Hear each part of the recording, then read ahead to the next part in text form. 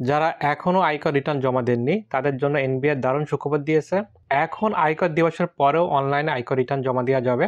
NBR অনলাইনে আয়কর return জমা দিতে ব্যক্তি শ্রেণীর করদাতাদের উৎসাহিত করেছে।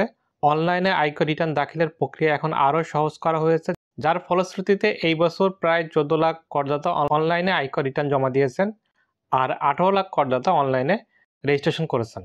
তবে আয়কর দিবসের পরে রিটার্ন দাখিল করলে করদাতা আয়কর আইন 2023-এর 76 ধারা অনুযায়ী বিনিয়োগজনিত কর রেয়াত এবং কোনো রকমের কর অব্যাহতি পাবেন না।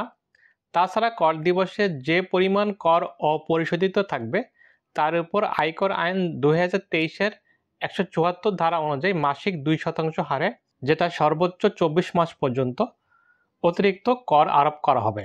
আমরা যদি একটি উদাহরণ দেখি, মিস্টার রহিমের বেতন বাৎসরিক 6,75,000 টাকা।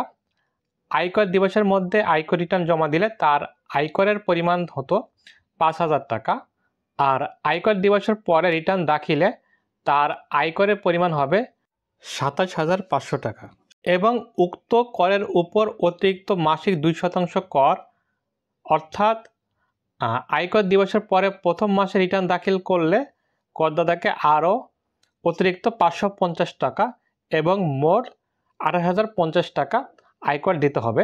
অর্থাৎ যারা নির্ধারিত সময়ে আয়কর রিটার্ন জমা দেন নাই তারা এখন রিটার্ন জমা দিতে পারবেন ঠিকই, কিন্তু তাদেরকে অতিরিক্ত আয়কর জমা দিতে হতে পারে।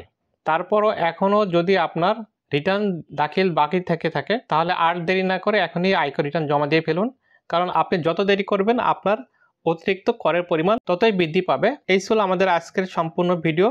আপনার যদি এই ভিডিওটি ভালো লেগে থাকে তাহলে অবশ্যই লাইক করুন এবং শেয়ার করুন। আর কোনো প্রশ্ন থাকলে কমেন্ট বক্সে জানান, আমরা আপনার প্রশ্নের উত্তর দেব। আজকের জন্য এখানেই শেষ। আল্লাহ হাফেজ।